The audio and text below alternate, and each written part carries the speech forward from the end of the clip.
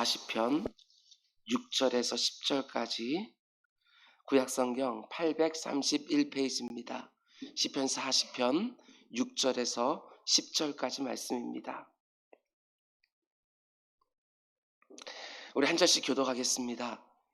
주께서 내 귀를 통하여 내게 들려주시기를 제사와 예물을 기뻐하지 아니하시며 번제와 속죄자를 요구하지 아니하신다 하신지라.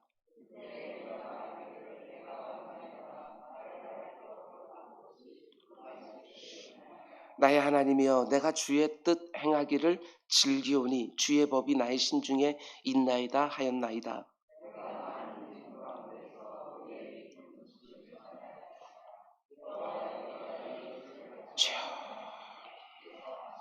함께 내가 주의 공의를 내 심중에 숨기지 아니하고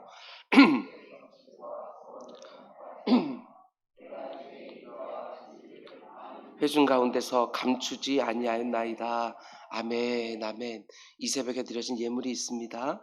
우리 최대승 김윤경 집사님 주연이 한이 가정에서, 그리고 최대창 구본중 성도 가정에서 1,000번째 드려졌습니다.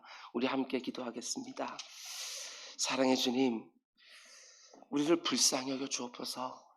인생을 살아가면서 이런 짐 저런 짐 어깨 위에 계속해서 지워집니다. 하나님께 도와주지 아니하시면 우리 힘으로 제대로 걸을 수가 없사오니 내 주 아버지 하나님, 우리의 짐을 덜어주시고 우리의 발걸음을 견고하게 하여 주시옵소서. 문제 많은 이 세상 일평생 살아가는 동안에 내 스스로의 힘으로 도저히 살 수가 없사오니 하나님께서 하늘 문을 활짝 열어주셔서 부르짖을 때마다 때를 따라 돕는 은혜로 우리의 심령을 시원케 하여 주옵소서. 내 주 아버지 하나님, 우리 가운데 자녀의 문제로 너무나도 힘들어하는 부모가 있습니다. 건강의 문제로 어찌할 바를 모르고 고통스러워하는 영혼도 있습니다. 배우자의 영혼 구원을 놓고 간절히 기도하는 성도도 있습니다. 재정적인 문제로 또한 어떨 수가 없어서 그 가운데 속에 하나님만 바라보는 심령도 있습니다. 아버지 하나님, 이 새벽에도 일용할 은혜를 허락하여 주셔서 오늘 하루도 눌리지 않도록 주님 인도하여 주시고 하나님 바라보면서 새 힘을 얻는 한 날이 될 수 있도록 주님 인도하여 주시옵소서. 일첨전제를 드리는 손길이 있습니다. 주님, 사랑하는 딸의 진로를 허락하여 주시고 또 그 가정에 새로운 생명의 태를 열어주시사 아버지 하나님, 기도하고 있는 어미의 심령을 하나님께서 기쁘게 하여 주시옵소서. 이 모든 말씀 예수님의 이름으로 기도드렸습니다. 아멘, 아멘. 여러분 잘 오셨습니다. 오늘도 하나님께서 주시는 은혜로 승리하는 또 한 날이 될 수 있기를 주님의 이름으로 축원을 드립니다. 아멘. 날마다 새로운 기도라는 주제로 우리는 시편 말씀을 보고 있는데 오늘은 118번째 시간입니다. 오늘 말씀의 제목은 너희는 너희 것이 아니니라, 이런 제목으로 말씀 전하도록 하겠습니다. 너는 네 것이 아니다, 이런 제목입니다. 우리는 어제 새벽에 1절에서 5절까지 말씀을 함께 묵상을 했습니다. 다윗이 기가 막힌 웅덩이와 수렁에 빠져서 하나님의 구원을 기다리고 기다렸지요. 기다리고 기다렸다고 말할 만큼 하나님의 구원이 좀처럼 오지 않았던 것입니다.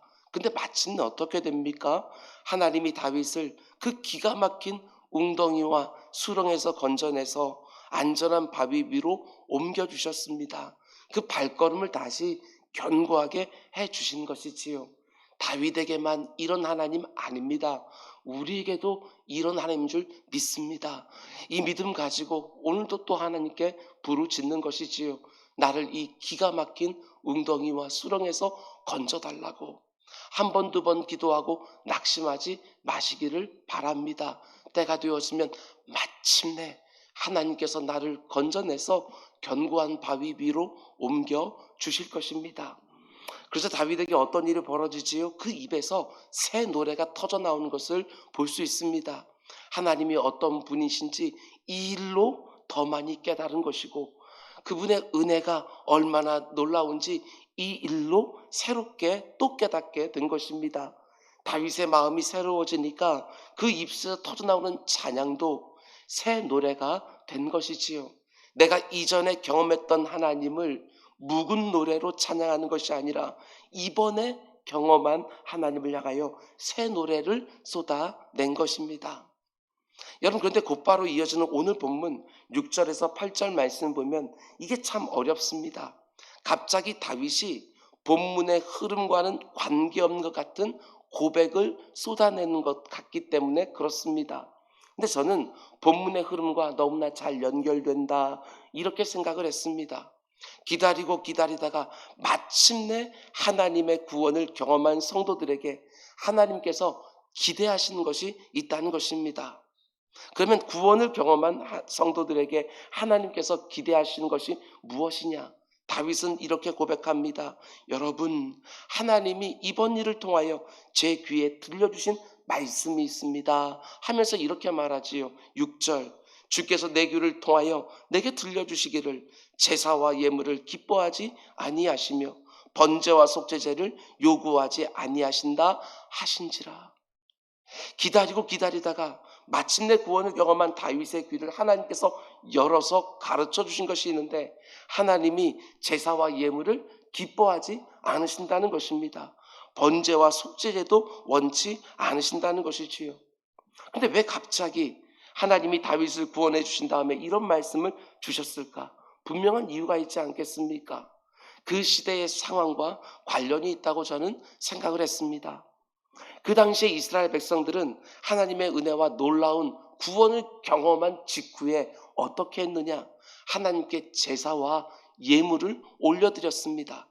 제물을 잡아서 단 위에 올려놓고 불에 온전히 다 태우는 번제로 자신의 사랑과 헌신을 다짐했던 것이고, 혹은 그 고난을 거치면서 깨달았던 자신의 죄를 놓고 속죄제를 드린 것입니다. 근데 하나님이 다윗을 구원해 주신 다음에 그의 귀를 열어서 이렇게 말씀해 주시는 겁니다. 나는 그런 제사와 예물을 원하지 않는다. 생각해 보면 정말 그렇습니다. 하나님은 영이시기 때문에 그저 눈에 보이는 제물이나 그 의식 자체는 하나님께 의미가 없는 것이지요. 눈에 보이는 제물을 잡아서 드리느냐 안 드리냐, 이게 중요한 것이 결코 아니라는 것입니다. 그럼 하나님께서 정말 중요하게 여기시는 것은 무엇이냐? 하나님이 다윗을 구원해 주신 다음에 내가 너에게 원하는 것은 제사와 예물이 아니고 번제와 속죄물이 아니고, 그때 다윗이 이걸 깨달은 거예요. 그때 내가 말하기를 7절 8절입니다. 내가 왔나이다. 나를 가리켜 기록한 것이 두루마리 책에 있나이다. 나의 하나님이여, 내가 주의 뜻 행하기를 즐기오니 주의 법이 나의 심중에 있나이다 하였나이다. 하나님께서 이걸 기대하시는 거예요. 다윗을 구원해 주신 다음에 다윗의 입술에서 이 고백이 터져 나오기를 원했던 것입니다. 하나님의 뜻이 담긴 말씀이 두루마리 책에 기록되어 있는데 다윗이 그 말씀을 자신의 심중에 두겠다고, 자신의 마음에 기록해 두겠다고 말하는 것입니다. 그리고 이렇게 고백하는 것이지요. 8절, 내가 주의 뜻 행하기를 즐거워합니다. 두루마리 책에 기록된 하나님 말씀을 자기 마음속에 딱 새겨놓고 마음 중심에서부터 그 말씀대로 사는 것을 즐거워한다고. 그러니까 다윗이 하나님의 말씀을 듣고 깨달은 것이 무엇입니까? 하나님이 단지 눈에 보이는 제사를 드리고 예물을 드리는 것보다도 번제를 드리며 헌신을 다짐하고 속죄제를 드리면서 내 죄의 사함을 구하는 것보다도 하나님의 말씀을 마음속에 딱 새겨놓고 그 말씀대로 사는 것, 그걸 원하신다는 것을 다윗이 깨닫게 된 것입니다. 여러분, 하나님이 자신의 구원을 경험한 성도들에게 원하시는 것은 두 가지입니다. 여러분, 요즘 하나님의 구원을 경험하신 분이 계십니까? 하나님께서 원하시는 것이 두 가지가 있어요. 첫 번째는 잘 들으시기 바랍니다. 제물과 제사를 드리는 것보다도 내 자신을 온전히 하나님께 드린 헌신, 그걸 원하신다는 겁니다. 7절 말씀 보면 다윗이 이렇게 말하지요. 내가 왔나이다. 여기 제물을 가지고 왔습니다 하고 제물에 강조점이 있는 것이 아니라 하나님, 내가 왔습니다, 이렇게 말하는 거예요. 이런 의미로 묵상을 했습니다. 하나님, 내가 여기 있습니다. 나를 받으십시오. 재물을 가지고 와서 이 재물을 받으십시오. 이렇게 얘기하는 것이 아니라 내가 왔습니다. 나를 받으십시오. 이 고백을 드리기 시작하는 거예요. 하나님이 우리가 드리는 제사와 예배나 예물보다도 더 원하시는 것은 소나 염소나 양을 잡아 드리는 것이 아니라 내 자신, 나를 드리기를 원하신다는 것입니다. 헌신, 바칠 헌자의 몸신입니다. 재물만 드리면 내가 할 도리를 다한 것이 아니라 내 자신을 드리길 원하는 거예요. 예, 그렇습니다. 나를 온전히 드리지 않는 제사나 예배는 하나님이 받으시는 온전한 제사가 될 수 없다는 것이지요. 여러분, 우리는 헌신을 잘못 생각할 때가 참 많습니다. 은연중에 헌신은 단지 목회자나 선교사만 하는 것으로 생각할 때가 많은 것이지요. 아닙니다. 그렇지 않습니다. 하나님께 내 생 전부를 드리고 사는 헌신은 단지 목회자나 선교사들에게 해당되는 것이 아니라 구원을 받은 모든 성도들에게 해당이 되는 것이지요. 모든 성도들이 드리는 예배의 가장 중심에 자기 자신을 드리는 헌신이 없으면 절대로 바른 예배라고 말할 수가 없습니다. 나를 기가 막힌 웅덩이와 수렁에서 건져주신 하나님께 재물을 다 태우는 번제만 드리면 그게 헌신이 되는 것이 아니라 내 자신 전부를 하나님께 드리는 것이지요. 하나님은 나의 일부를 받기를 원하시는 것이 아니라 나의 전부를 받기 원하시는 거예요. 양의, 염소의, 소의 번제가 아니라 나를 전부 하나님께 드리는 내 자신의 번제를 하나님께서 원하시는 것입니다.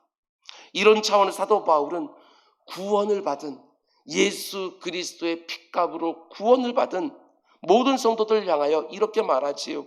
고린도전서 6장 19절 20절 말씀 보면 기가 막힌 말씀이 있습니다. 저도 젊을 때에 이 말씀 하나 꽉 붙들고 그냥 사로잡혀서 이래야 되는데 하면서 몇 날 며칠을 고민하면서 하나님 앞에 부르짖었던 적도 있습니다.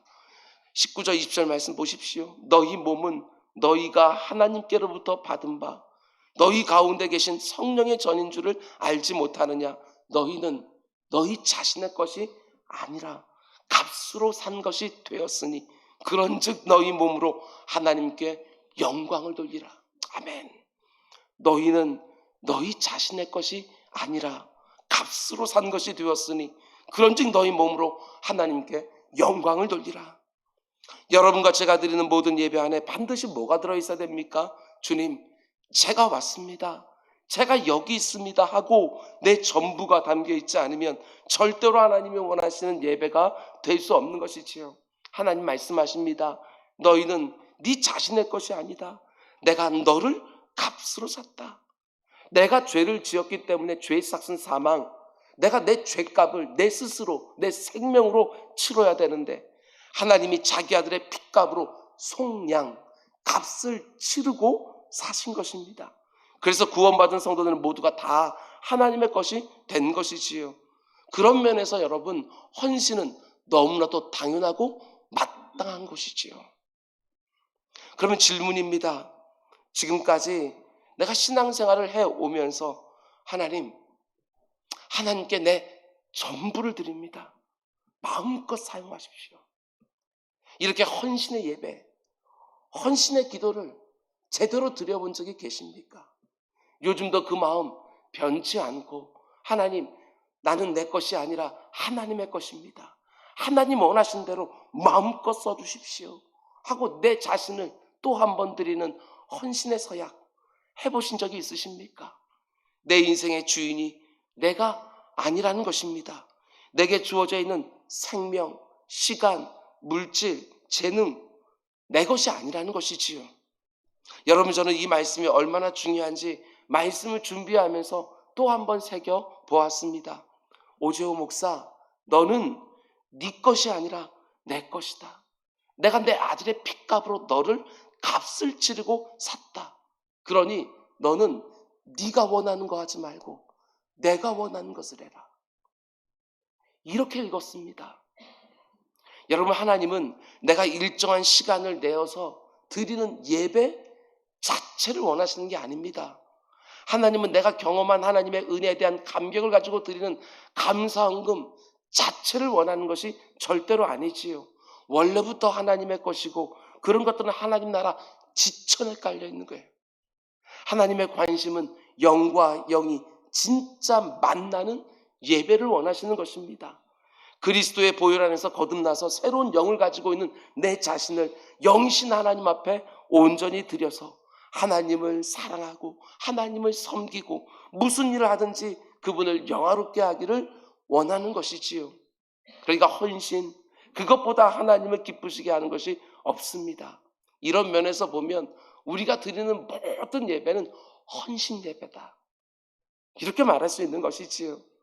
내가 무슨 일 하든지 내 삶을 하나님께 온전히 드려서 내 정말 하나님의 소유답게 그분이 원하시는 하루하루를 충성스럽게 살아가는 것, 그게 바로 하나님이 가장 원하시는 제사와 예물이라는 것입니다.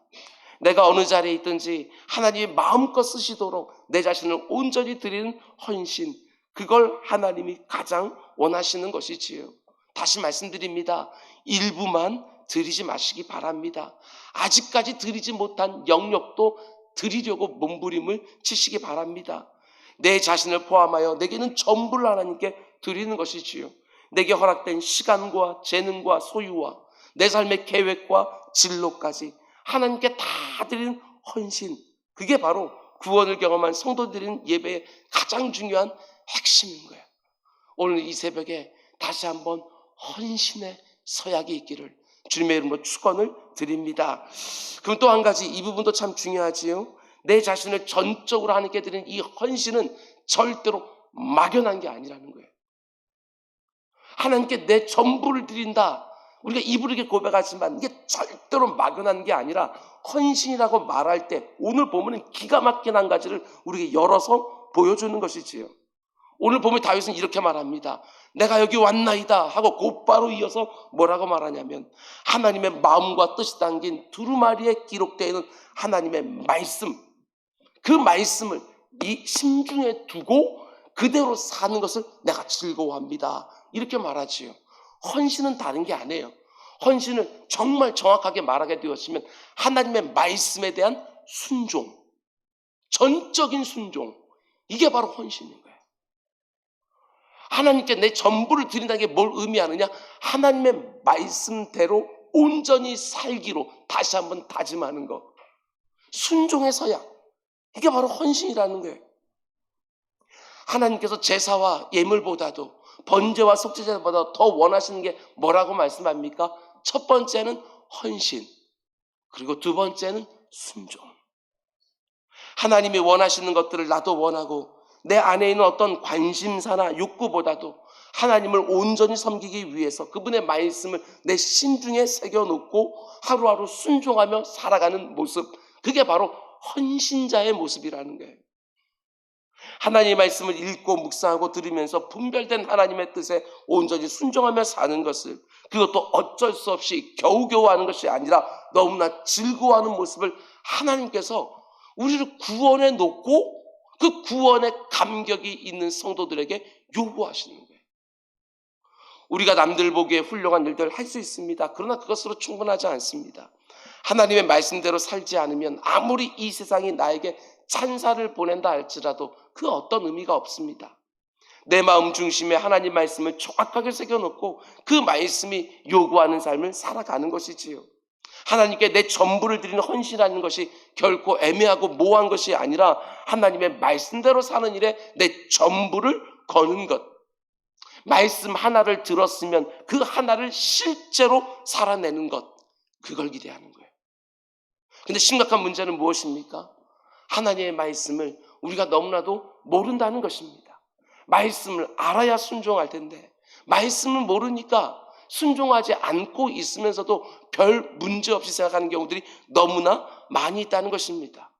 말씀을 읽고 묵상하고 들을 때마다 꼭 기억하시기 바랍니다. 순종하기 위해서 읽는 것이고, 순종하기 위해서 묵상하는 것이고, 순종하기 위해서 듣는 거예요.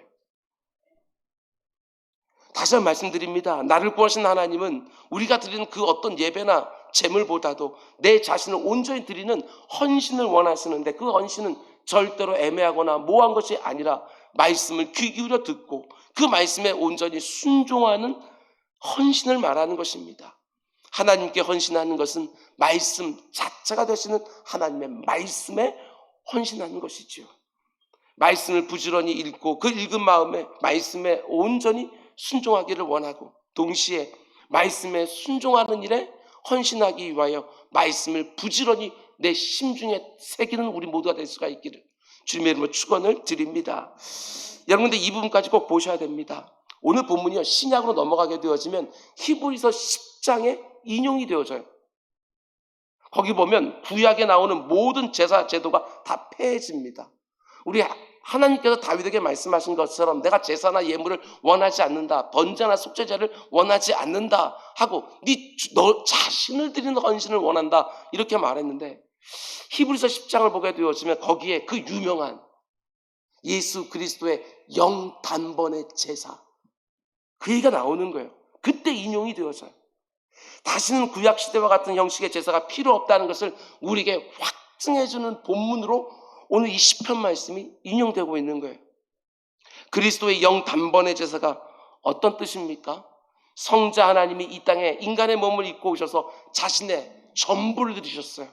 자신의 몸 전부를, 살을 찢고 피를 다 쏟으시며 자신의 몸 전부를 드리셨어요. 헌신하신 것이지요. 그러면서 그 몸을 찢어서 하나님 앞에 온전히 드릴 때에 하나님의 말씀에 온전히 순종한 거예요. 자신의 기록된 모든 말씀을 다 이루셨어요. 순종하신 것이죠. 죽기까지 복종하시는 거예요. 우리 주님 그런 면에서 헌신과 순종의 모범이 되어주시는 것입니다. 죄의 싹은 사망이기 때문에 우리가 지은 죄를 대속하기 위하여 자신의 유월절 어린 양 속죄 제물로 온전히 하나님께 드린 것입니다.